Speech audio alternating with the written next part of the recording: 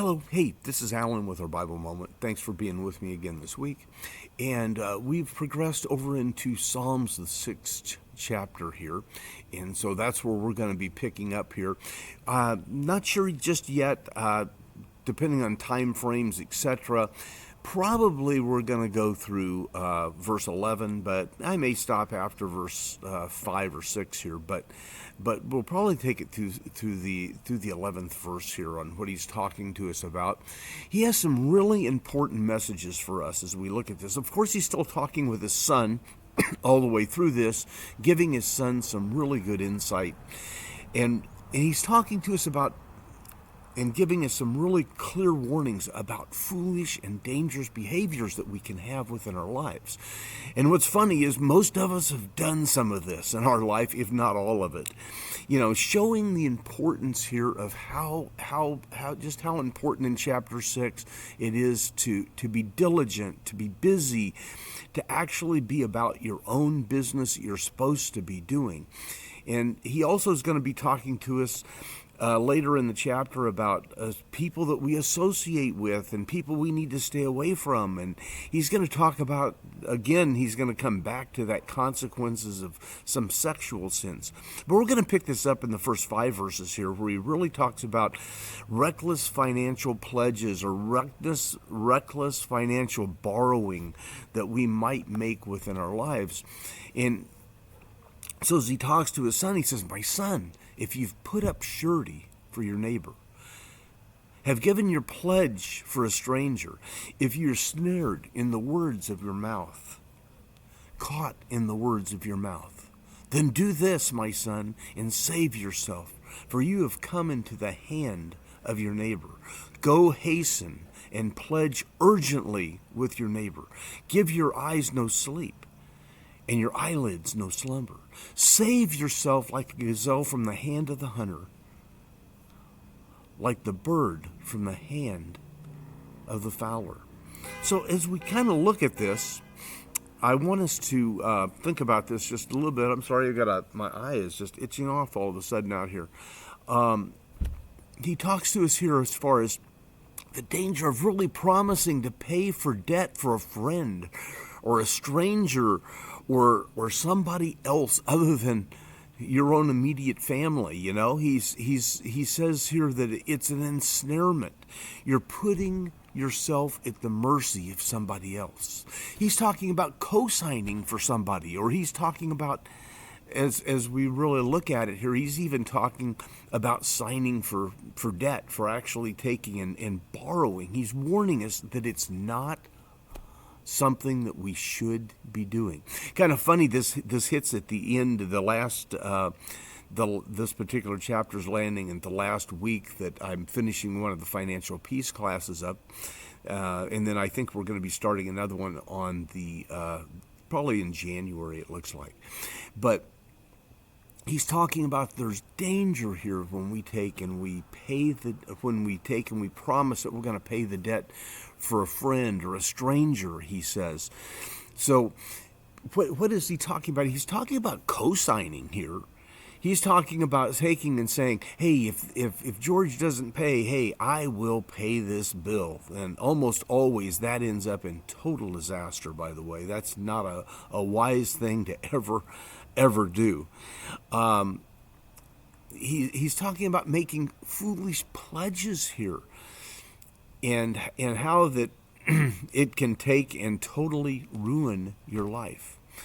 And in the language he's putting to this here, the examples he's giving to us here, it suggests some extreme haste, some extreme, we shouldn't be sleeping, we shouldn't be doing anything until we get out of this trap that we've got ourselves in. And he talks about a gazelle trying to flee from a hunter, and a gazelle is very fast, but there's other things out there. In the Dave Ramsey Financial Peace class, he shows a video about a gazelle trying to get away from a cheetah.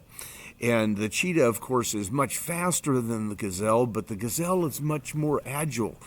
And he's teaching us a lesson here that we need to do whatever we can to take and to get out of this situation that we're in. One of the best things in the world you can always do, of course, is just learn to pay cash for things. Just learn to pay for it as you go. Don't take and spend money you don't have. One of the funny things is, I guess the way I've looked at it especially over the last 10 or 15 years, I used to probably look more like, okay, can I afford that every month?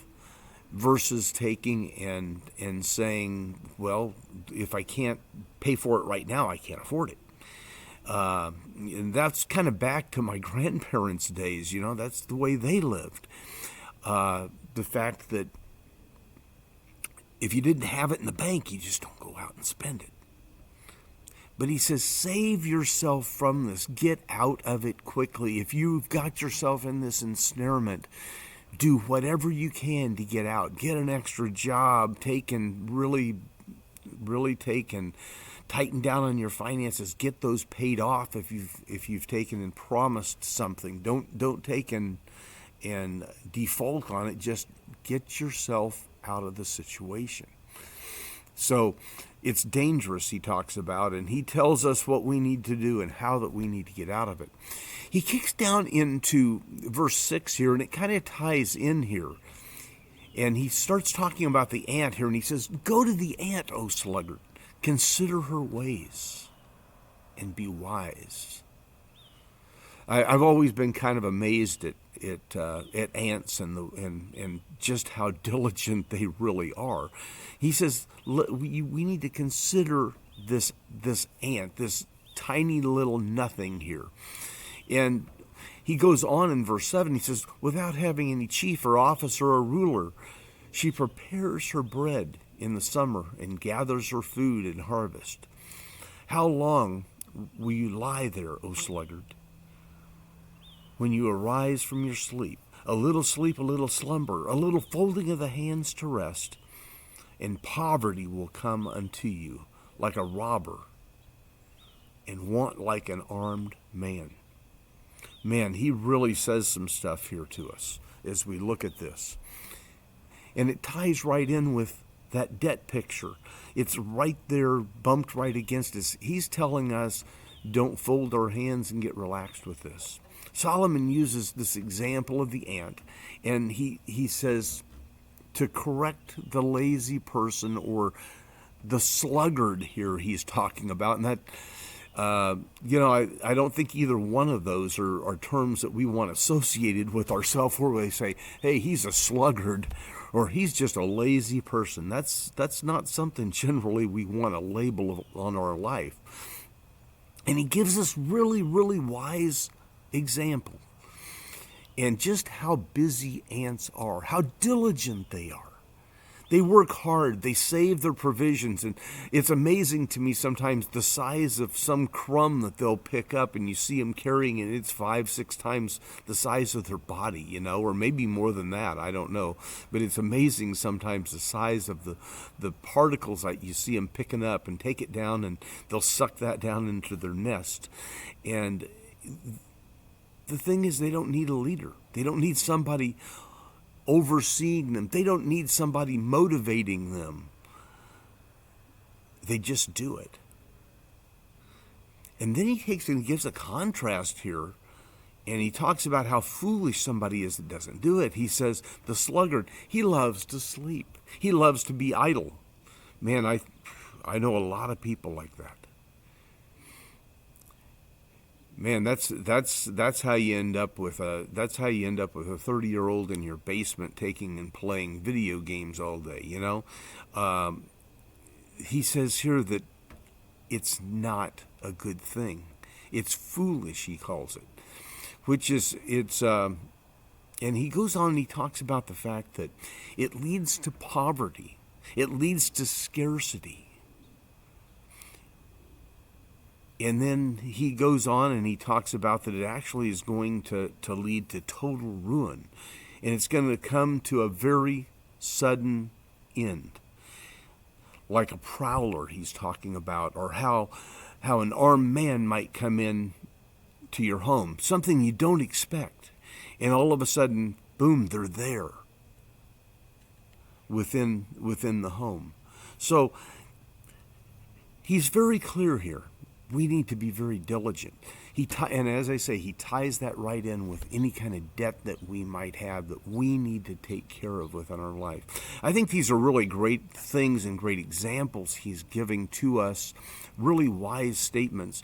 We'll pick up next week, picking up in verse number 12 down here and talking about, wicked people, and we're going to be talking about who we need to make sure we're not associating with, and there's some really good things that we're going to find that's going to run down through the rest of this chapter. Hey, this is Alan. Thanks for being with me today. I will catch up with you just a little bit later.